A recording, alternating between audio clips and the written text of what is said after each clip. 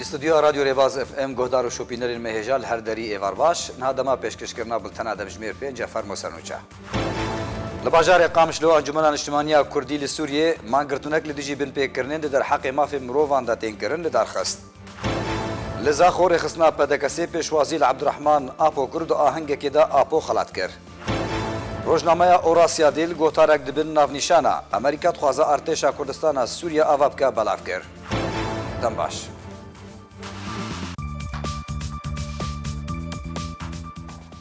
لباجار قامشلو انجمن اجتماعی کردی لسوریه دو مانگرتنک لدیجی بن پیکرنین در حق مافی مروان دا تینکرن دارخست و دا خوازه سربسبردانا همی گرتیان کر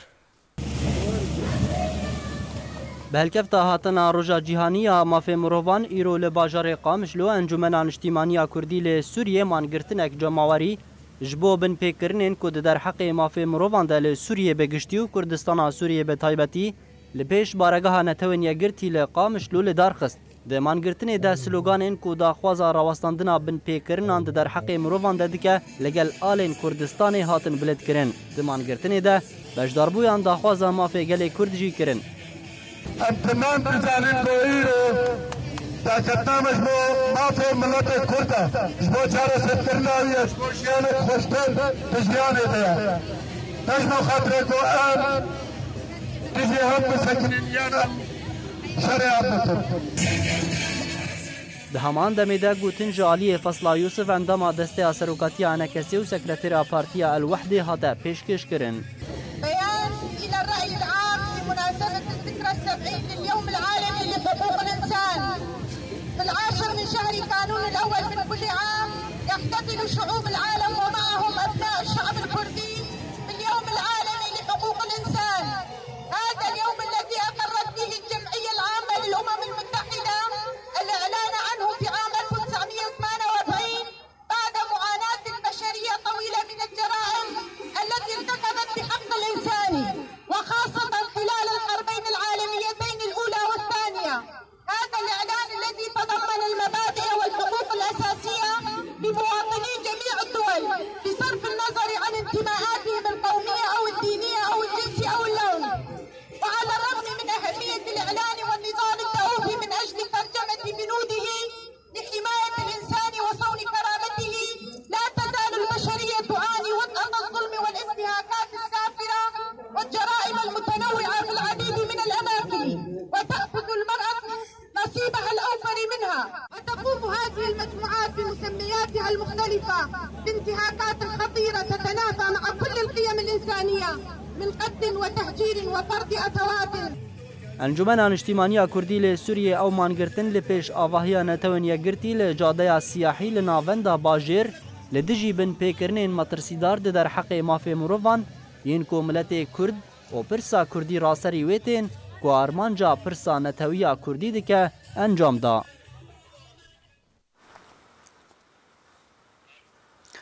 رخصنا پارتیا دموکراتا کردستان سوریا باجار زاخو پیشوازی عبدالرحمن آپو اندام کمیته ناوندی پارتیا دموکراتا کردستان سوریا کر دو آهنگ که ده آپوش آلی همان رخصنه و هات خلات کرن اما دبویان دلخوشیا خو با آزادبونا آپو دیار کرن حجمارا گوتنجی هاتن پیشکش کرن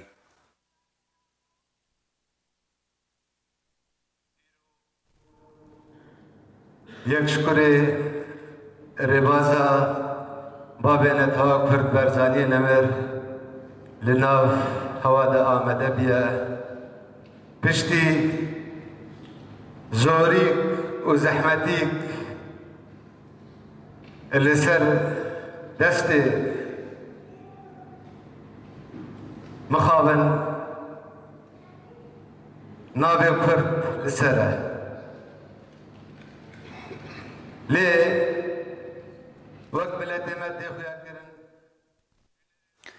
دبش روجلاتا ناوین یا روزنامه اوراسیا دیل ده گوتارک دبن ناونیشانا امریکا خوازه ارتشا کردستان سوریه آواب که بلاف کرن ولات امریکا دخوازه ارتشا کردستان سوریه آواب که ناونیشانا بش روجلاتا ناوین یا روزنامه اوراسیا دیل بو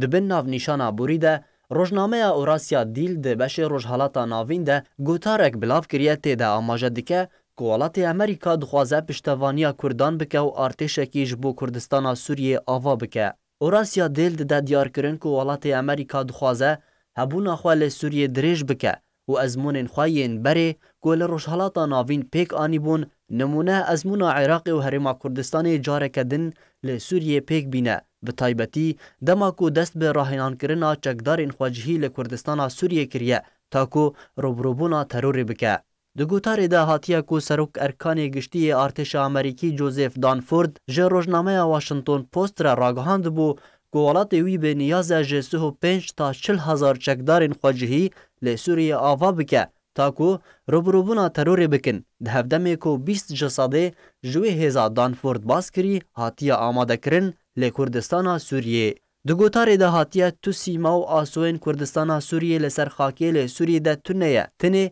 Kurdistana Sûriyê di nexşeyên sîxuriyên Amerîkî de serbarî raportên siyasîyên ku têne pêşkêşkirin ji bo serkirdatiya siyasî ya Amerîka de Kurdistana Sûriyê hatiye destnîşankirin û tê gengeşekirin. Orasya Dîl dibêje wekû diyar tu kes naxwaze bi şema paytexta Sûriyê ve were girêdan ji Kobanî ta Tenefê û dide diyarkirin rast e tu Kurd lê Tenefê tune ne. Lêbelê Amerîka ji Kobanî ta Tenefê wekû Kurdistana Sûriyê pesend dike ta ku di paşa rojê de hejmûna xwe li ser deverê bi giştî ferz bike û hebûneke hêztir li rojhilata navîn werbigire. Her di vê derbarê de rojnameyê amaje kiriye ku eger Amerîka artêşeke bi wî rengî ava kir û li deverê aktiv kir, wate Amerîka nameyan dişîne ji hêzên herêmî û şema paytexta Sûriyê re ku tu kes nikare sînorê ku bi emrê rojevê hatiye durustkirin biguhere. Eger ne, bi operasyonên leşkerî be. Rojnameyê pirsiyar kiriye ku eger şer bi ser artêşa ku bi serpereştiya Amerîka hatî durustkirin de were gelo Amerîka wê bejdar bibe di şer de, serbarî ku eger Kurdistana Sûriyê hate durustkirin wê kêşeyan ji Şamê re û paytextên din yên herêmî durust bike, wekû ku Herêma Kurdistanê serêşî ji Bexdadê û gelek paytextên din yên herêmî re durust kirî. Biryara îro şandeka leşkerî İsraîlî pilebilind ji bo gengeşekirina rewşa deverê giştî û ya Sûriyê bi taybetî seredana Moskoya paytexta Rûsyayê bike. Ofîsa ragihandinê ya artêşa İsraîlî ragihand piştî encamdana pêwendiyeke telîfonî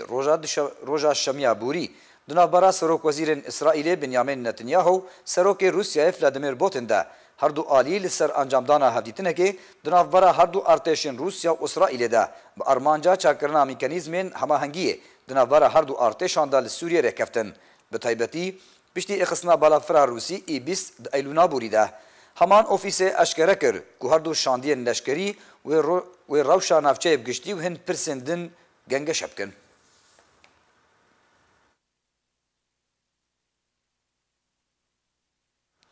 James Jeffrey şandiye Amerîkayê taybet ji bo Sûriyê û Joel Rayburn alîkarê Wezîrê Derveyê Amerîka bi seredanekê gihişna Urdunê û li gel Eymen Sefadî Wezîrê Derveyê Urdunê civiyan ronahî xistine ser çendîn mijarên girêdayî bi rewşa Sûriyê û deverê ve.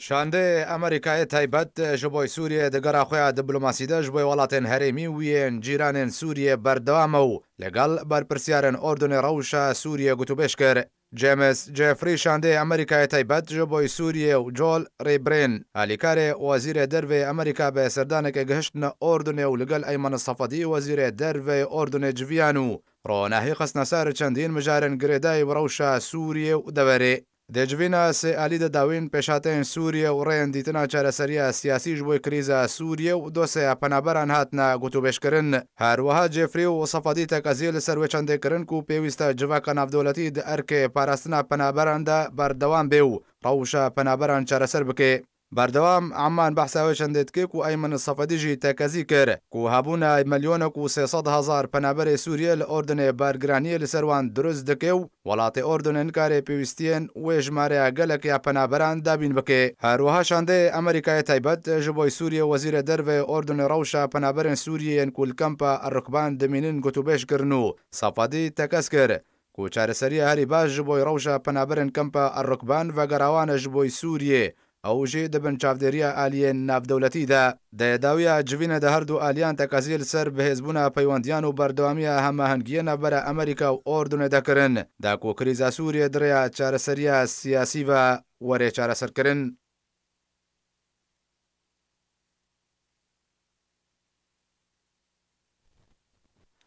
شۆپینەرên me hêja berî ku bilten bi dawî werê dubare me senûçeyan mê nebîrawe.